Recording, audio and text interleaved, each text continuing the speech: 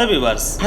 Welcome to mid mystery. இந்த ஒரு வீடியோவை பார்த்ததுக்கு அப்புறம் இப்படி கூட சொசைட்டில நடக்கலாமா அப்படின்ற ஒரு தாட் உங்களுக்கு கண்டிப்பா கிரியேட் பண்ணும். சோ அதனால இந்த சொசைட்டில நம்ம பிள்ளைகளை எவ்வளவு கேர்ஃபுல்லா பாத்துக்கணும்ன்ற அண்டர்ஸ்டாண்டிங் உங்களுக்கு வரும். சோ ஸ்கிப் பண்ணாம கடைசி வரைக்கும் வீடியோ பாருங்க. வாங்க வீடியோக்குள்ள போலாம். அதுக்கு முன்னாடி நம்ம சேனலை சப்ஸ்கிரைப் பண்ணிட்டு போயிடலாம். Facebook and WhatsApp பேஜை ஃபாலோ பண்ணாங்களோ ஃபாலோ பண்ணிருங்க. உத்தரப்பிரதேசல இருக்க கான்பூர்ல பாத்தீங்கன்னா ஒரு அழகான வெல்த்தியான ஃபேமிலி வாழ்ந்து வந்துட்டு இருக்காங்க. வெல்த்தியான ஃபேமிலினா சாதாரணமான வெல்த்தியான ஃபேமிலி கிடையாது. தலைமுறைக்கு உட்கார்ந்து சாப்பிடுற அளவுக்கு நல்லாவே பணம் சேர்த்து வச்சிருக்க ரிச்சான ஃபேமிலி தான் இந்த ஃபேமிலி. இந்த ஃபேமிலில இருக்க 16 வயதான குசாகரா அப்படின்ற பையனுக்கு நடந்த கொடூரமான சம்பவத்தை தான் இன்னைக்கு வீடியோல பார்க்க போறோம். இந்த ஃபேமிலியை பத்தி சிம்பிளா சொல்லணும்னா குசாகரா இருக்கான் பாத்தீங்களா, அவனுக்கு ஒரு தாத்தா இருக்காங்க. அவருடைய பேர் சஞ்சய் கன்னோடியா. இவர் டெக்ஸ்டைல் பிசினஸ்ல ஒரு மிகப்பெரிய டைக்கூன் அப்படின்னு சொல்லலாம். அதனாலேயே பாத்தீங்கன்னா அவருடைய மகனான மனிஷ் கன்னோடியாவும் இப்ப டெக்ஸ்டைல் பிசினஸ் தான் எடுத்து ரன் பண்ணிட்டு இருக்காப்ல. இந்த மனிஷ் கன்னோடியா வேற யாரும் கிடையாது, குசாகரா இருக்கான் பாத்தீங்களா, அவருடைய அப்பா தான் மனிஷ் கன்னோடியா. அண்ட் இவங்க ரெண்டு பேரை தவிர்த்து அந்த வீட்டுல பாத்தீங்கன்னா குசாகராக்கு அம்மா, அண்ணன் அண்ட் சிஸ்டர் ஒருத்தவங்க இருக்காங்க. சோ ரிச்சான ஃபேமிலி அப்படின்றனாலே அந்த வீட்ல பணம் அப்படின்றதுக்கு பெருசா பிரச்சனை எல்லாம் இருக்கவே இருக்காது. அவங்க லைஃபை செம்ம ஜாலியா என்ஜாய் பண்ணி வாழ்ந்துட்டு இருக்காங்க. ஆனா இந்த குசாகரா அப்படிலாம் கிடையாது. அவனுக்கு டாக்டர் ஆகணும் அப்படின்றது ஒரு மிகப்பெரிய கனவு. சோ அதனாலே ஸ்கூல் படிச்சுட்டு இருக்கப்பே பாத்தீங்கன்னா நீட் கோச்சிங் கிளாஸஸும் போக ஆரம்பிச்சிட்டான். எப்பயுமே ஸ்கூல் முடிச்ச பிறகு பாத்தீங்கன்னா கோச்சிங் கிளாஸ் போயிட்டு தான் வீட்டுக்கு ரிட்டர்னே ஆகுவான். இதுதான் அவனுடைய ரெகுலர் ரொட்டீனாவும் லைஃப்ல இருந்துட்டு இருக்கு அன்டில் அக்டோபர் மாசம் 30ஆம் தேதி 2023 வருஷம் வரைக்கும். எஸ் அன்னைக்கு டே மார்னிங்ல பாத்தீங்கன்னா வழக்கம் போல குசாகரா அவனுடைய பைக் எடுத்துட்டு ஸ்கூலுக்கு கிளம்பி போறான். அப்படி போனதுக்கு அப்புறம் டைமும் டிக்கிங் ஆகுது. ஈவினிங் 4:30 ஆகுது. அந்த டைம்ல பாத்தீங்கன்னா அவன் ஸ்கூல் முடிஞ்சு ஸ்கூலை விட்டு வெளியிலேயே வந்துடுறான். அப்படி வந்ததுக்கு அப்புறம் டைமும் டிக்கிங் ஆகுது. நைட் 7 மணியும் ஆகுது. எஸ் அந்த ஒரு டைம்ல பாத்தீங்கன்னா எப்பயுமே குசாகரா வீட்டுக்கு வந்து சேர்ந்துருவான். ஆனா அன்னைக்கு டேல இன்னமும் குசாகராவோட பைக் சவுண்ட் வீட்டுல கேட்கவே இல்ல. இந்த ஒரு விஷயம் பாத்தீங்கன்னா அவங்க அம்மாவுக்கு ஒரு விதமான பதற்றத்தை கிரியேட் பண்ணுது. சோ அதனாலே குசாகராவோட போனுக்கு கால் பண்ணி பாக்குறாங்க. ஆனா அவனுக்கு கால் ரீச் ஆகவே இல்ல. போனும் சுவிட்ச் ஆஃப்னு வருது. சோ இந்த ஒரு விஷயம் இன்னமும் அவங்களுக்கு இருக்கிற பதற்றத்தை இன்க்ரீஸ் பண்ணுது. சோ அதனாலே தன்னுடைய கணவரான மனிஷ் கன்னோடியாக்கு கால் பண்ணி இன்னும் குசாகரா வீட்டுக்கு வரல அப்படின்னு சொல்றாங்க. இதை கிட்டனே மனிஷ் கன்னோடியா ரிலாக்ஸ்டா, இதுக்கே பதற்றப்படுற, அவன் வர்ற வழியில ஏதாவது டிராபிக்ல மாட்டிருக்கலாம், அதனால கூட லேட் ஆகலாம், இன்னும் 1/2 மணி நேரம் வெயிட் பண்ணி பாரு, அவன் வீட்டுக்கு வந்துருவான் அப்படின்னு சொல்லிட்டு அவருடைய ஒய்ஃபை சமாதானப்படுத்திட்டு காலை கட் பண்ணிடுறாரு. ஆனா என்னதான் இவர் இந்த மாதிரி ரிலாக்ஸ்டா பேசினாலும் குசாகராவோட அம்மாவால இதை ஏத்துக்கவே முடியல. ஏன்னா பெத்த மனசுக்கு தெரியும் இல்லையா, ஏதாவது பிள்ளைக்கு ஆச்சு அப்படின்னா நெஞ்சு படபடன்னு அடிக்கும் இல்லையா, அந்த ஒரு படபடப்பு அவங்களுக்கு நல்லாவே தெரியுது. அதனாலே மறுபடியும் குசாகராக்கு கால் பண்ணி பாக்குறாங்க. ஆனா எத்தனை தடவை கால் பண்ணாலும் போன் சுவிட்ச் ஆஃப்னு தான் வருது. சரி இவன் தான் எடுக்க மாட்டான் அப்படின்னு சொல்லிட்டு அவனுடைய ஃப்ரெண்ட் ஒவ்வொருத்தனுக்கா கால் பண்றாங்க. அப்படி கால் பண்ணப்ப அவங்க ஃப்ரெண்ட் எல்லாரும் சொன்ன ஒரே பதில், அவன் ஸ்கூல் முடிஞ்சோடனே 4:30 ஸ்கூல்ல இருந்து கிளம்பிட்டானே, ஆனா இன்னைக்கு கோச்சிங் கிளாஸ்க்கும் வரலையே, அவன் கோச்சிங் கிளாஸ்க்கும் வராம இன்னமும் வீட்டுக்கு வராம இருக்கேன் அப்படின்னு சொல்லிட்டு எல்லாருமே ஆச்சரியமா கேக்குறாங்க.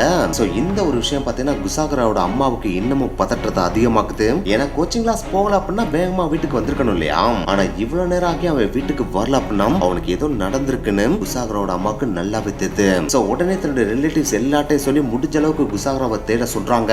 அப்படி தேட சொல்றப்பே நைட் 8 மணியும் ஆகுது. அந்த ஒரு டைம்ல குசாகராவோட வீட்டு கதவுக்கு கீழே ஒரு லெட்டர் வந்து விழுகுது. அதை பாக்குறப்பே அவங்க அம்மாவுக்கு ஒரு மாதிரி பதற்றம் கிரியேட் ஆயிடுது. இருந்தாலும் மெல்ல நடந்து போய் அந்த லெட்டரை எடுத்து ஓபன் பண்ணி பாக்குறாங்க. அப்படி பாக்குறப்ப அதுல 2 பேஜஸ் இருக்கு. அந்த 2 பேஜஸ்லயே உங்க மகன் திரும்ப வரணும்னா நீங்க என்ன பண்ணணும் அப்படின்னு சொல்லிட்டு டீட்டெயிலா எழுதப்பட்டிருக்கு. அதை படிச்சோன்னே குசாகராவோட அம்மா வேகமா அவங்களுடைய கணவருக்கு கால் பண்ணி வீட்டுக்கு வர சொல்றாங்க. அவரும் இந்த லெட்டரை கேள்விப்பட்டோன்னே பயங்கர ஃபாஸ்டா கிளம்பி வீட்டுக்கு வர்றாரு. அப்படி வந்து அவரும் அந்த லெட்டரை பார்த்தோன்னே வேற லெவல்ல பதற்றமாயிராரு. ஏன்னா அதுல நீங்க ஃபெஸ்டிவல் மூட்ல இருப்பீங்க, அந்த மூட நாங்க ரூயின் பண்ண விரும்பல, அதாவது அதை நாங்க ஸ்பாயில் பண்ண விரும்பல, உங்களுக்கு உங்க மகன் திரும்ப வேணும் அப்படின்னா நாங்க கேட்கிற காசை 1 ஹவர்ல ரெடி பண்ணி கொண்டு வந்து தரணும். அப்படி 1 ஹவர்ல கொண்டு வந்து தந்துட்டீங்கன்னா உங்க பையனை நாங்க எதுவும் பண்ண மாட்டோம். சோ இதுல நீங்க பயப்பட வேண்டியதோ பதற்றப்பட வேண்டியதோ எதுவும் கிடையாது. நீங்க இப்ப பண்ண வேண்டியது ஒன்னே ஒண்ணுதான், 30 லட்சத்தை மட்டும் ரெடி பண்ணணும். அதை ரெடி பண்ணிட்டு நேரா கோகோகோலா இன்டர்செக்ஷன் ஒன்னு இருக்கும், அங்க 2 மணிக்கு வந்துடணும். அப்படி வந்ததுக்கு அப்புறம் நாங்க சிக்னல் கொடுப்போம். அப்படி நாங்க சிக்னல் கொடுத்ததுக்கு அப்புறம் நாங்க சொல்ற இடத்துல பணத்தை வச்சுட்டு கிளம்பிடணும். அப்படி கிளம்பிட்டீங்க அப்படின்னா அடுத்த 1 ஹவர்ல உங்க பையன் உங்க வீட்டுல இருப்பான். சப்போஸ் இந்த பிளான்ல ஏதாவது குளறுபடி நடந்து ஏதாவது கோல்மால் பண்ணணும்னு நினைச்சீங்கன்னா அப்புறம் நாங்களும் கிறுக்குத்தனமா யோசிக்க வேண்டியிருக்கும். அதுலயே நீங்க போலீஸ்ட மட்டும் போனீங்கன்னா உங்க பையன் உங்ககிட்ட உயிரோட திரும்ப வர மாட்டான். சோ கீப் இன் மைண்ட் 30 லட்சம் கோகோகோலா இன்டர்செக்ஷன் 2 மணி அப்படின்னு சொல்லிட்டு 2வது பக்கத்தோட முடிவுல எழுதப்பட்டிருக்கு. அண்ட் கடைசியா பாத்தீங்கன்னா ட்ரஸ்ட் இன் அல்லாஹ் அப்படின்னு சொல்லிட்டு வேர்டு எழுதப்பட்டிருக்கு. சோ இந்த ஒரு லெட்டரை படிச்சதுக்கு அப்புறம் தான் குசாகராவோட அம்மா அப்பா 2 பேருக்குமே பதற்றம் உச்சக்கட்டத்தை அடையுது. ஏன்னா இந்த லெட்டர்ல இருந்து தெளிவா தெரியுது அவங்க மகனை யாரோ கிட்னாப் பண்ணிட்டாங்க இல்லையா,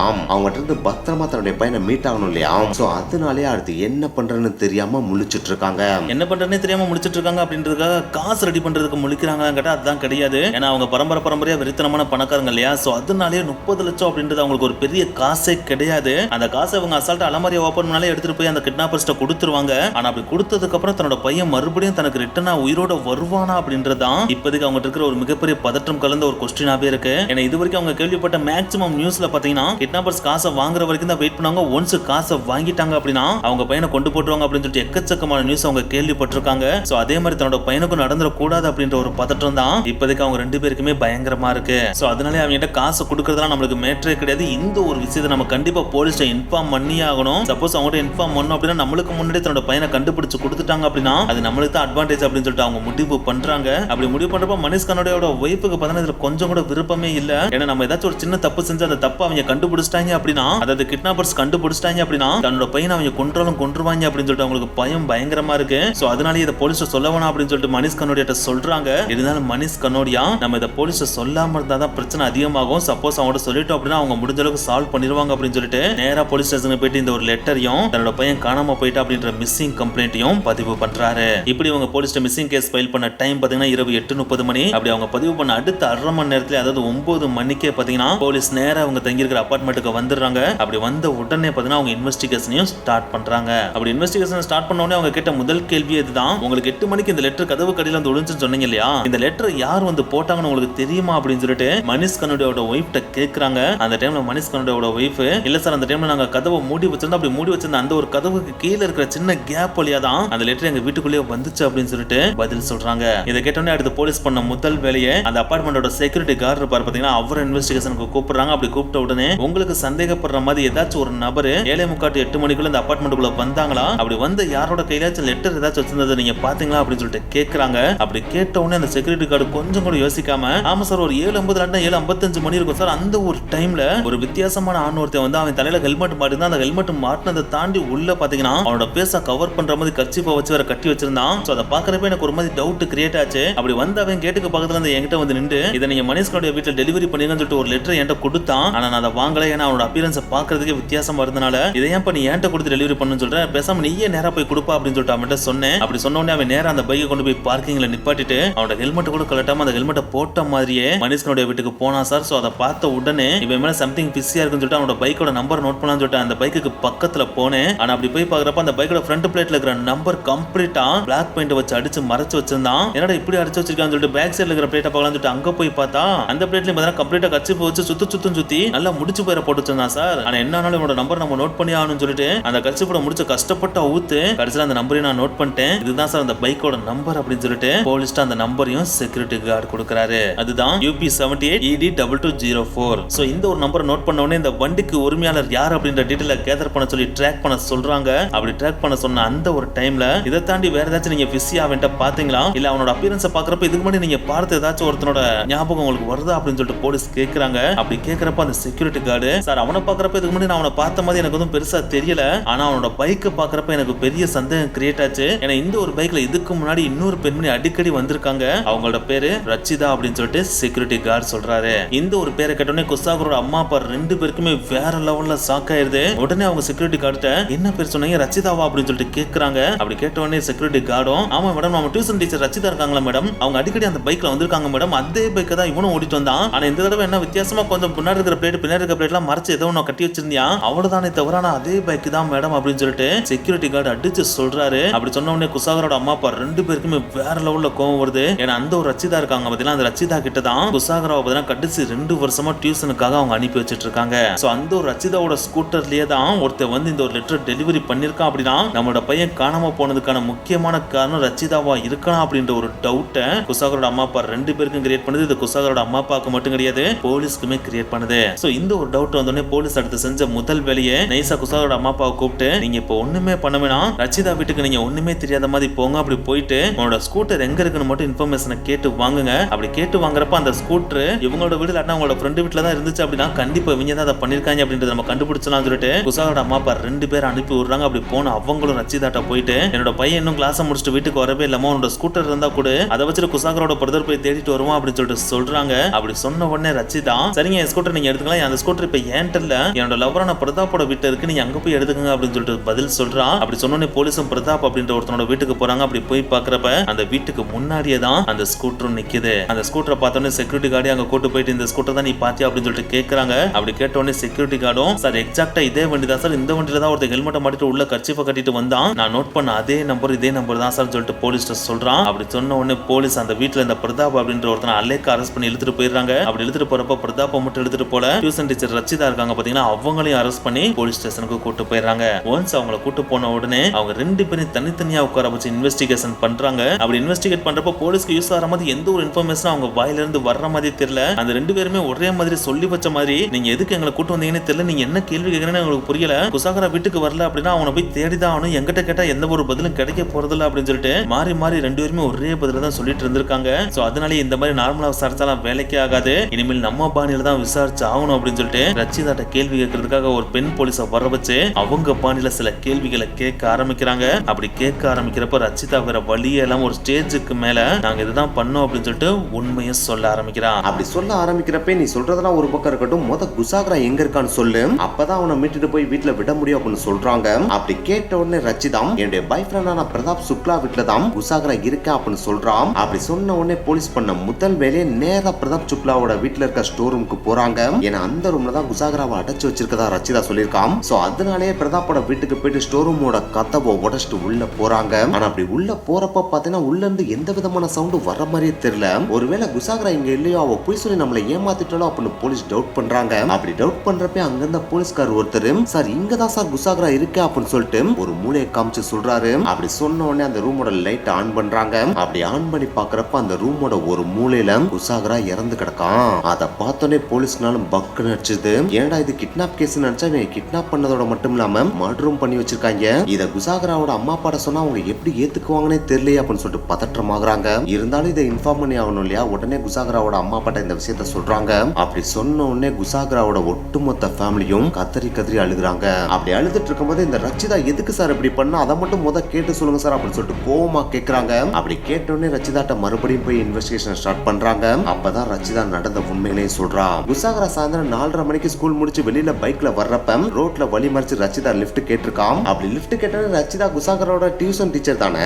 சோ அதனால குசாகரா கொஞ்சம் கூட யோசிக்காம ஏறுங்க டீச்சர் அப்படின்னு சொல்லிட்டு ஏத்திடுறான். அப்படி ஏறினோடனே நேரா அவளுடைய பாய் ஃப்ரெண்ட் வீட்டான பிரதாப் வீட்டுக்கு பைக்கை விட சொல்லியிருக்கான். குசாகராவும் கொஞ்சம் கூட யோசிக்காம நேரா பிரதாப் வீட்டுக்கு விட்டுறியான். ஏன்னா பிரதாப்பும் ரச்சிதாவும் லவ் பண்றாங்க அப்படின்றது குசாகராக்கு நல்லாவே தெரியுது. சோ அதனால ஏதாவது பேசுறதுக்காக போவாங்க அப்படின்னு சொல்லிட்டு போய் டிராப் பண்றான். அப்படி டிராப் பண்ணோடனே ரச்சிதா கீழே இறங்கி வீட்டுக்குள்ள வாங்க வந்து காஃபி குடிச்சு போய் அப்படின்னு சொல்றாங்க. அதை கேட்டோன்னே குசாகராவும் ஓகே டீச்சர் நான் வரேன் அப்படின்னு சொல்லிட்டு வீட்டுக்குள்ள போயிடுறான். சோ இந்த ஒரு விஷயங்கள் எல்லாத்தையும் ரச்சிதா சொன்ன உடனே போலீஸும் அந்த வீட்டுக்கு பக்கத்துல இருக்க சிசிடிவி கேமரா இருந்தும் கெட் பண்ணிடுறாங்க. அந்த ஃபுட்டேஜ்ல பாத்தீங்கன்னா மாலை 4:45 மணி அளவுல ரச்சிதாவும் குசாகராவும் பிரதாப் வீட்டுக்குள்ள போறாங்க. அப்படி போனதுக்கு அப்புறம் ஒரு 5 மணி போல பாத்தீங்கன்னா ரச்சிதா மட்டும் பிரதாப் வீட்டுல இருந்து வெளியில வர்றா. ஆனா குசாகரா பிரதாப்போட வீட்டுல இருந்து வெளியில வர்ற மாதிரியே தெரியல. அதுக்கடுத்து ஒரு 5:15 மணி போல பாத்தீங்கன்னா பிரதாப்பும் வீட்டை விட்டு வெளியில வர்றான். அப்படி வெளியில வந்தவன் குசாகராவோட பைக் எடுத்துட்டு எங்கேயோ கொண்டு போயிடுறான். சோ ஒரு 4:45 இருந்து 5:15 மணிக்குள்ளதான் இவங்க ரெண்டு பேரும் சேர்ந்து குசாகராவை கொலை பண்ணிருக்காங்க அப்படின்றத போலீஸ் கண்டுபிடிச்சிடறாங்க. அப்படி கண்டுபிடிச்சோடனே ரச்சிதாட்டையும் கேக்குறாங்க. ரச்சிதாவும் ஆமாங்க சார் நாங்க 5 மணி போலதான் குசாகராவை கொன்னோம் அப்படின்னு சொல்லிட்டு ஒத்துக்கிறா. அப்படி ஒத்துக்கிட்டோன்னே சரி கொன்னுட்ட எதுக்கு கொன்ன அப்படின்னு சொல்லிட்டு கேக்குறாங்க. அப்படி கேட்டோடனே ரச்சிதாவும் காரணத்தை சொல்றா.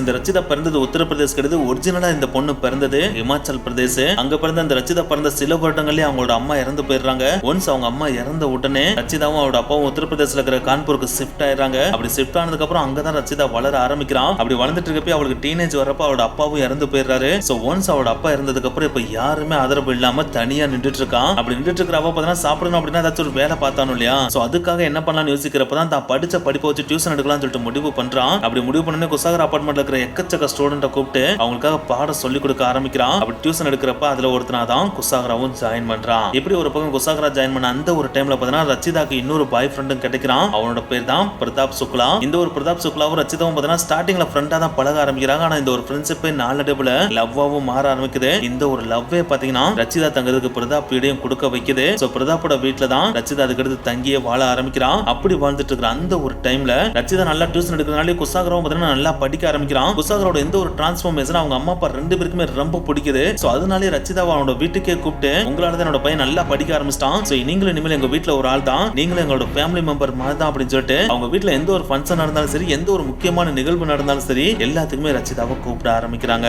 அப்படி கூப்பிட்டு இருக்கப்பதான் ஒரு நாள் பாத்தீங்கன்னா குசாகரோட 16வது பிறந்த நாள் வருது. சோ அந்த ஒரு பிறந்தநாள் செலிப்ரேஷனுக்காக ரச்சிதாவை குசாகரோட அம்மா அப்பா ரெண்டு பேருமே கூப்பிடுறாங்க. ரச்சிதாவும் அந்த செலிப்ரேஷனுக்கு வர்றான். அப்படி வர்றப்ப அவ மட்டும் வரல, அவ கூடவே இந்த பிரதாப் சுக்லாவையும் கூப்பிட்டு வர்றா. இந்த பிரதாப் சுக்லாவை பத்தி சிம்பிளா சொல்லணும் அப்படின்னா இவன் கொஞ்சம் ஊதாரி அப்படின்னு சொல்லலாம். இவன் தான் வச்சிருந்த எக்கச்சக்கமான காசை பார்த்தீங்கன்னா சூதாட்டத்திலேயே அழிச்சிட்டான். அதாவது போன்ல கேம்லிங் விளையாடுவாங்க பாத்தீங்கன்னா அந்த மாதிரி விளையாண்டு தன்னோட காசை ஃபுல்லா அழிச்சிட்டான். சோ அதனாலேயே வேற எங்கேயாச்சும் நம்மளுக்கு காசு கிடைக்காத மறுபடியும் அதை சூதாட்டம் பண்ணலாமா அப்படின்னு சொல்லிட்டு அவன் யோசிச்சுட்டு இருக்கிற அந்த ஒரு டைம்ல தான் குசாகரோட 16வது பிறந்த நாளுக்கு ரச்சிதாவை கூப்பிடுறாங்க. அப்படி கூப்பிடுறப்ப ரச்சிதாவும் அவளோட பாய் ஃப்ரெண்டான பிரதாப் சுக்லாவையும் அங்க கூட்டு வர்றா. அப்படி கூட்டு வந்ததுக்கு அப்புறம் அங்க நடக்கிற பர்த்டே செலிப்ரேஷனை பார்த்து பிரதாப் வேற லெவல்ல வியந்து போயிடறான். ஏன்னா குசாகரோட ஃபேமிலி பேசிக்காவே பயங்கர ரிச்சான ஃபேமிலி இல்லையா. சோ அதனாலேயே இந்த 16வது பிறந்த நாளை பயங்கர பிரம்மாண்டமா கொண்டாடிக்கிறாங்க. அந்த ஒரு பிரம்மாண்டத்தை பார்த்த உடனே வேற லெவல்ல மெய்சிலித்து போயிடறான். ஆத்தாடி இவங்கிட்ட இவ்வளவு காசாடா இருக்கு, இவ்வளவு காசு வச்சிருந்தாங்க அப்படின்னா இவங்க காசு வந்து கொஞ்சத்தை நம்ம அடிச்சாலே நம்ம வேற லெவல்ல ரிச் லைஃபா வாழ்ந்துட்டு போயிடலாமேடா. அப்ப நம்ம அதுக்கு ஏதாச்சும் பிளான் போடணும் அப்படின்னு சொல்லிட்டு அவன் அந்த இடத்துல முடிவு பண்ணிடுறான். அப்படி முடிவு பண்ணோடனே ஒன்ஸ் அந்த ஃபங்க்ஷன் முடிஞ்சிட்டு வீட்டுக்கு திரும்பின உடனே ரச்சிதாவை கூப்பிட்டு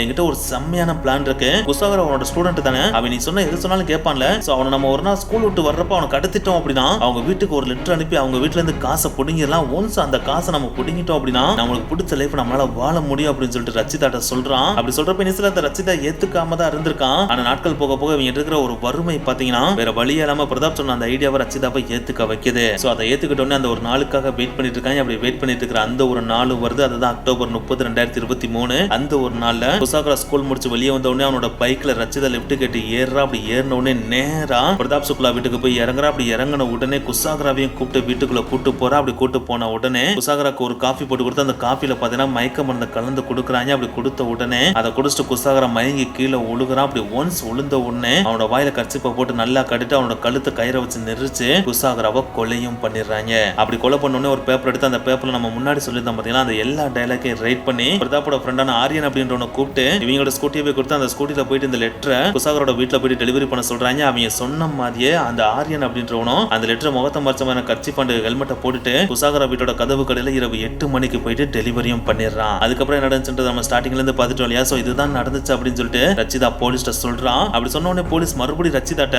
உங்களோட எய்மை கிட்னாப் பண்ணி காசு அடிக்கிறதா தானே இருந்துச்சு, அப்படி இருக்கிறப்ப எதுக்கு உனக்கு கிட்னாப் பண்ணிட்டு வந்து கொன்றீங்க, அப்ப உனக்கு கொண்டிருக்கீங்க அப்படின்னா அதுக்கு பண்ணி ஸ்ட்ராங்கான ஒரு ரீசன் இருக்கும், அதை நீ மறைக்கிற அப்படின்னு சொல்லிட்டு போலீஸ் கேக்குறாங்க. அப்படி கேட்ட உடனே ரச்சிதா இதுக்கு பின்னாடி பெரிய ரீசன் அப்படின்னா எதுவுமே கிடையாது, நாங்க உனக்கு அடுத்து காசு கேட்டு வாங்கிட்டோம் அப்படின்னா காசை வாங்கினதுக்கு அப்புறம் அவனை மறுபடியும் ரிலீஸ் பண்ணி அவங்க வீட்டுக்கு விட்டுட்டோம் அப்படின்னா அவனுக்கு என்னை நல்லாவே தெரியும், நான் தான் டியூஷன் டீச்சர்னு தெரியும், பிரதாப் என்னோட லவர் அப்படின்றது நல்லாவே தெரியும். அவன் வீட்டுக்கு போனதுக்கு அப்புறம் நாங்க தான் கடத்திருக்கோம் அப்படின்னு சொல்லிட்டு அவங்க அம்மா அப்பா சொல்லிட்டான் அப்படின்னா அவங்க அம்மா அப்பா பெரிய கை இல்லையா சார், அவங்க பணக்காரங்க வேற. அவங்க போலீஸ் இதை இன்ஃபார்ம் பண்ணிட்டாங்க அப்படின்னா எங்களை தூக்கி ஜெயில போட்டுருவாங்க. அதனால இவனை கடத்தின உடனே கொண்டுலாம் அப்படின்றத எங்களோட பிளானாவே இருந்துச்சு, அதை நாங்க பக்காவா செஞ்சு முடிச்சிட்டோம். ஆனா காசை வாங்கலாம்னு சொல்லிட்டு முடிவு பண்றப்பதான் போலீஸ் இதை இன்ஃபார்ம் பண்ணி எங்களோட பிளானையே ஸ்பாயில் பண்ணிட்டாங்க அப்படின்னு சொல்லிட்டு ரச்சிதா சொல்றான். இதுல இருக்கிற கொடுமையான விஷயம் என்ன அப்படின்னா இந்த மாதிரி கிட்னாப் பண்ணி காசை 30 லட்சத்தை அடிச்சலாம் அப்படின்னு சொல்லிட்டு இவங்க பக்காவா பிளான் போட்டு முடிச்ச உடனே இந்த பிளான் 100% கண்டிப்பா ஒர்க் அவுட் ஆயிரும் அப்படின்னு சொல்லிட்டு இவங்களே முடிவு பண்ணிட்டு கிட்னாப் பண்ணி காசை வாங்குறதுக்கு முன்னாடியே பாத்தீங்கன்னா ஒரு ரிச்சான கார் ஷோரூமுக்கு போயிட்டு நல்ல லக்ஸரியான காரை இவங்களே புக் பண்ணி தான். அப்படி புக் பண்ண உடனே அந்த கார் ஷோரூமோட மேனேஜர்ட்ட போயிட்டு இன்னும் 2 லட்சம் 3 நாள் எங்க கைக்கு காசு வந்துடும், அப்படி ஒன்ஸ் காசு வந்த உடனே நாங்க சிங்கிள் பேமெண்டாவே காசுக்கான காரை பே பண்ணிடுறோம் அப்படின்னு சொல்லிட்டு காரை ப்ரீ புக்கும் பண்ணிட்டு வந்திருக்காங்க அப்படின்றத போலீஸ் இன்வெஸ்டிகேஷன்ல கண்டுபிடிக்கிறாங்க. இந்த ஒரு விஷயத்தை மட்டும் கண்டுபிடிக்கல, இந்த கிட்னாப் பண்ணி 30 லட்சம் பணத்தை அடிச்சிட்டோம் அப்படின்னா நம்ம ஹனிமூன் ட்ரிப்புக்கு போனோம் அப்படின்னு சொல்லிட்டு அதுக்கும் பக்காவா பிளான் போட்டு அதுக்கு எக்கச்சக்கமான டிக்கெட் அவங்க புக் பண்ணி வச்சிருக்காங்க அப்படின்றதையும் போலீஸ் கண்டுபிடிச்சிருக்காங்க. சோ இதெல்லாம் வச்சு கலெக்ட் பண்ணி பாக்குறப்ப இவங்க தான் கண்டிப்பா குசாகராவை கடத்தி கொலை பண்ணிருக்காங்க அப்படின்றத போலீஸ் கன்ஃபார்மே பண்ணிடுறாங்க. அப்படி கன்ஃபார்ம் பண்ண உடனே அவங்கள கோர்ட்லயும் கொண்டு போய் நிப்பாட்டுறாங்க. அதாவது ரச்சிதாவோட லவ்வரான பிரதாப் அண்ட் பிரதாப்போட ஃப்ரெண்டான ஆரியன் அப்படின்றவனையும் கொண்டு போய் நிப்பாட்டுறாங்க. அப்படி நிப்பாட்டின உடனே அந்த 3 பேருக்குமே கோர்ட்ல தண்டனையும் கொடுத்துடுறாங்க. இப்படிதான் இந்த ஒரு கதையும் எண்ட் ஆகுது. சோ இந்த ஈவில் டீச்சரை பத்தி உங்களுடைய கருத்தையும் கீழே மறக்காம கமெண்ட் பண்ணிருங்க. ஓகே गाइस, நெக்ஸ்ட் வீடியோல மீட் பண்ணலாம். பை.